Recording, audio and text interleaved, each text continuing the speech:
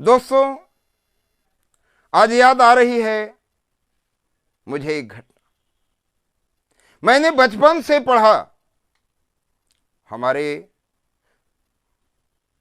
लाल बहादुर शास्त्री जब गंगा किनारे पहुंचते थे, गंगा के इस पार खड़े होकर गंगा की लहरों को देखते थे, गंगा की थपेड़ों को देखते थे और गंगा के उस पार बनारस का विद्यालय दिखाई पड़ता था।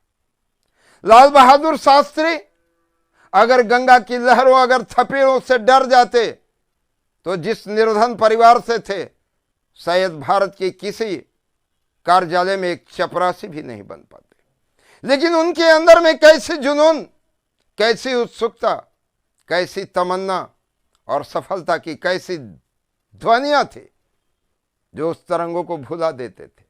वो भूल जाते थे कि गंगा कभी तूफान मचा रही है।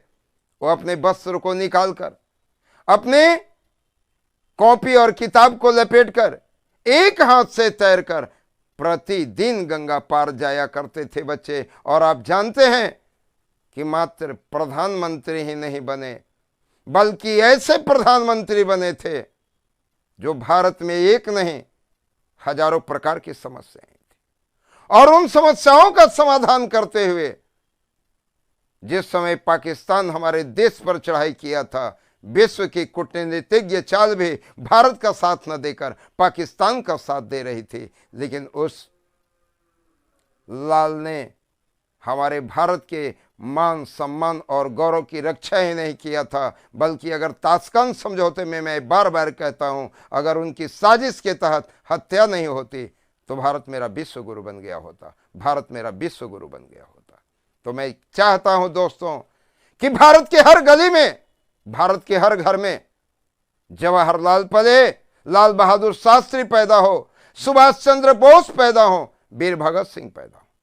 अगर कहीं रावण जैसे विचार, कंस जैसे विचार, दुर्योधन जैसे विचार, अत्याचारी यों के विचारों पर चलने वाले लोग हों तो उनके विचारों में परिवर्तन हो जाए, अन्यथा वो समाज से दरकिनार कर दिए जाए। हिंदुस्तान इंसानों का देश है, हैवानों का देश नहीं है। यहां पर राष्ट्रीयता की गूंज होनी चाहिए, यहां मात्र वैमनस्यता और द्वेष की राग की गूंज नहीं गूंजनी चाहिए। यहां एकता, भाईचारा का गूंज गूंजना चाहिए, ताकि हर भारत के कोने में यह दिखाई पड़े, यह सुनाई पड़े कि अखंडित एकता बोले।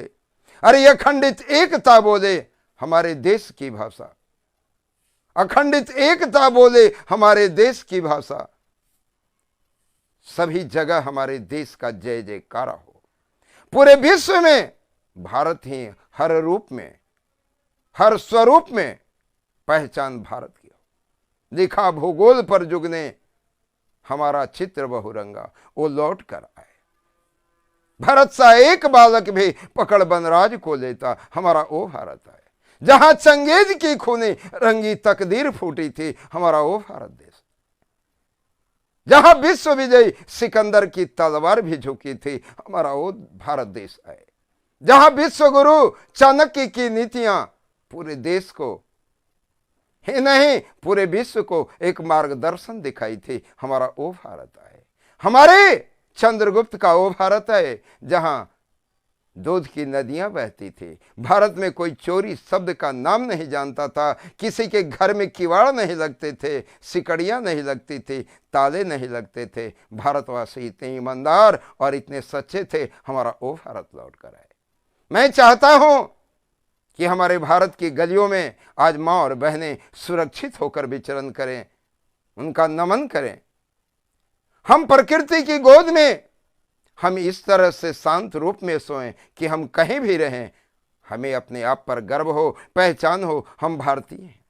किसी से किसी को किसी प्रकार का भय नहीं हो, द्वेष नहीं हो, किसी प्रकार का वैराग्य नहीं हो, किसी प्रकार का विरोध नहीं हो। बस एक मधुर ध्वनि गुंजे, हम भारतवासी हैं, और गले लग जाएं, हम एक साथ मिलकर कहें हम सभी भारतीय हैं। हम भारत का मान बढ़ाएंगे, हम भारत का शान बढ़ाएंगे, हम भारत का गौरव हैं, हम भारत की पहचान बनेंगे, हम भारत की पहचान बनेंगे। दोस्तों, अगर मेरी बात में सच्चाई है तो एक लाइक और सब्सक्राइब तो बनता ही है। इस एपिसोड को आगे बढ़ाएंगे। जय हिंद दोस्तों, जय भारत।